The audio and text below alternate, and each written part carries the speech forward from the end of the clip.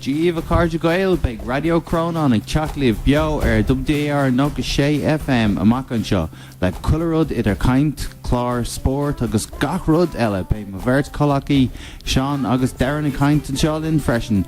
Darren, cad a bheith teachtús? Well, gach seachtain beim ag léir faoin na cluichí is mó de rare sport sa nuacht. Freisin beim ag caint faoi níos ganán is cáiliúla a bhfuil amach. Ach don cuid is móid beag an crack agus an sprío gwn if Sean cad eile? Dave, lads, miss Sean. Beim ag denmh cóir sios cart na seachtain an ceol.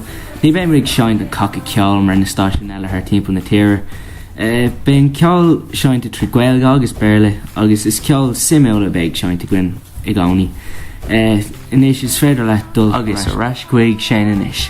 Grimmy magad lads, so mar dúirt Darren agus Sean an sin ben ag déanamh caint ar cuasaí imeachtaí na seachtaine idir ceol, síomsaíocht, sport agus cuileród eile agus freisin Darren Óid beag comártas ag dearna chlár going freisin so fannaigh ling ar Raidió Chrónáin.